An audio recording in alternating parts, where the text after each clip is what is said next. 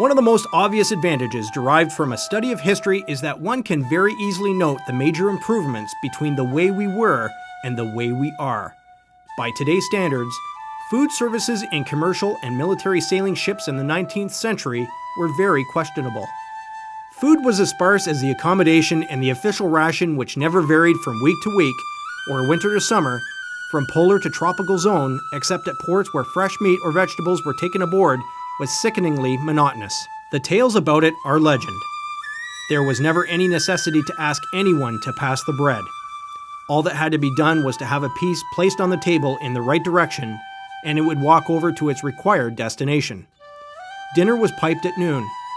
At sea, on salted rations, it was a pound of beef one day, pork the next, in endless alternation.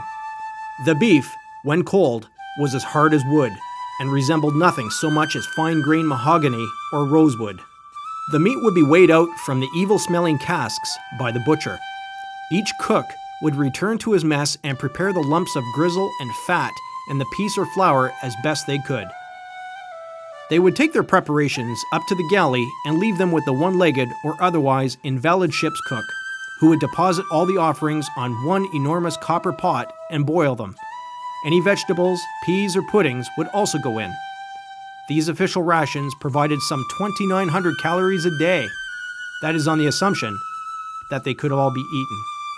The first thing on signing off a ship or on their infrequent shore leave was to go for a mighty feed. Another factor that must be considered was improvements to the quality. First among these was the invention of the canning process. The systems described would appear to be in place up to at least 1907, when Admiral Fisher effected significant improvements to messing arrangements. In June 1944, the Royal Canadian Navy School of Cookery was established in the Domestic Science section of the Central Technical School in Toronto. In January 1945, one of the Cornwallis galleys was taken over by the Supply, which in the Royal Canadian Navy included food services. There was a ratio of one cook for every 30 men. The amounts for a nutritious diet were developed and the right foods in the right amounts were embodied in ration scales, which allowed personnel to have the correct amount of the right types of food each day. We met up with Petty Officer Carol Cadwell, Chief Cook on board HMC at Charlottetown, as she took some time out of her busy schedule to answer some of our questions. Tell us what it's like when you're at sea. Yeah, lots of waves, especially off the Grand Banks of Newfoundland. It's very busy out there. The ship's rocking and rolling. We have a tilt fire over in the corner there, and we hit a really big wave over in the Grand Banks. And the tilt fire came up like this and went back down. Fell right back in the same spot, no damage. But that's some of the challenges you see. That was it was an exceptional wave actually that hit the front of the ship. But yeah, it was pretty rocky. So you're trying to keep a pot on the table, and the ship is bouncing around. We have non-skid that we'll put on the tables, make sure the pots stay in place when we walk away from them. But of course, when you're using them, you have to have a good grip on them. The morale, of course, you want to try and keep it up. You don't want the guys on the ship to come to the line, have a bad meal, and then have to go to their workspace after having a bad meal. So you want to make sure that the food that they eat is good. You don't want them to come to the line being cranky. What can you add to this new idea that you're working on? It's a 5-week trip to Europe, and I'm reading Dr. Phil's book and saying, geez, this would be nice to do for the military. So I talked to the CO, I come up with a plan. I had the doc on board help me because I don't want to do it on my own because I'm messing with people's health here. And implemented what I want to call the European Weight Loss Challenge. And we're challenging the ship's crew to lose as much weight as they figure they should, or as much weight as the doctor figures they should, during a 5-week period. And we're going to sponsor each other and raise money, give the money all to charity, of course. But the idea isn't so much to raise money for charity as it is to get people fit and into some kind of lifestyle change that's suitable for their health. Explain what you and your crew do to contribute to the ship's good morale. Make sure my cooks are smiling when they serve the meal. Yeah, like if you're having somebody with a grumpy old face handing you a meal, and you're far away from your family, that meal don't taste near as good unless it's served with a smile. So that's probably the best way to get the morale going. Things that in the evening, we have different funds on board ship where we're able to serve an evening snack. So we have some some signature favorites on board the ship. They've come through from ship to ship to ship in the fleet. Maybe a wing night for a hockey game, or Grey Cup night or Grey Cup day. We always do something big for that. When posted to a ship, what should a new cook be aware of? You have to let him know. He's going to learn some of the things on his own, all right? He's going to put a pot down in a place because he doesn't think, even though you tell him, and it'll go on the deck and he has to remake his product all over, and it'll only do that once. But you let them know what challenges they're up against, and you give them, they're already taught their cooking techniques in Borden, so you just supervise them. I have a great team of leaders here, and they're really good. We have 2 young people just come from their courses in Borden, very, very new to the trade, and they're both doing extremely well since they come on board here. Yeah. They get up in the morning around, I'd say anywhere between 5 and 5:30. The night cook will go down and shake them out of the rack. They'll get up, shower, change into their whites. Usually take about 5 or 10 minutes to collect themselves, and they'll come into the galley.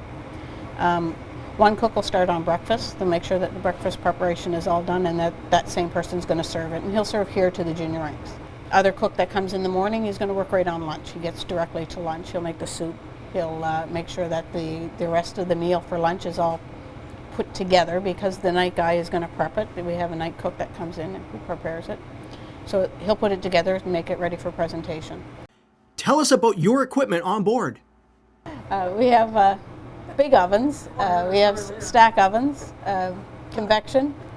They can fit 10 to 12 trays of stuff, big trays. Our grills are not Black & Decker. They're quite big. I don't know if you can see them in behind me now, but they're the size of probably your countertop at home. That's our grills. We have 2 of those. Our deep fat fryers are the same kind that you would see at McDonald's or any kind of short order place where you see fries cooked. Yeah, big equipment. How would you describe your experience as a cook in the Navy? Yeah, people want to join the Navy, be a cook, come to Charlottetown. We'll show you what it's all about. Cooks are awesome. They're morale officers. Yeah.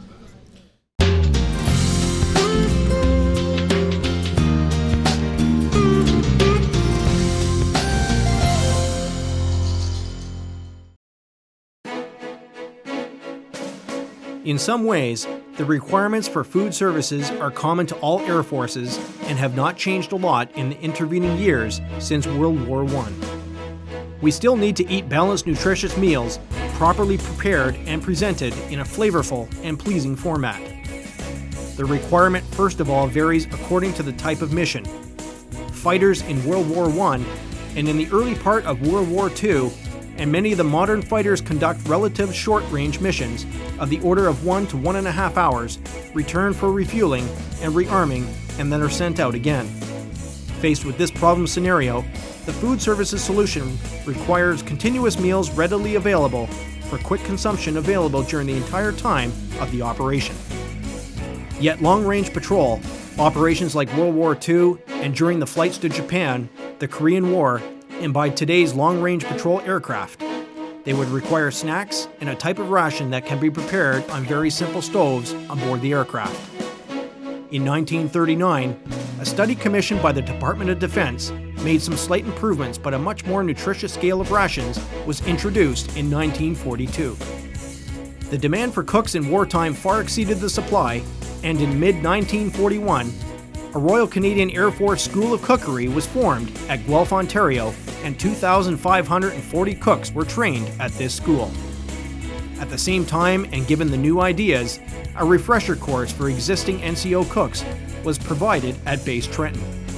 To further encourage the recruitment of the best people and to recognize the essential nature of this trade, the cook trade was raised to the highest category of pay in 1943.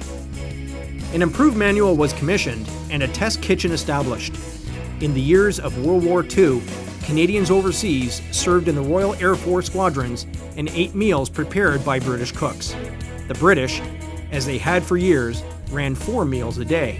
The Canadians did not like this system, and furthermore, preferred different commodities to those favored by the British. In 1944, 12 female catering officers were sent to England to manage the 4 main bases and 12 smaller stations of 6 Royal Canadian Air Force Bomber Group. They impart a Canadian flavor in the meals, given severe problems with ration availability, including coffee, meat, and fresh milk. They accomplished all and more than expected.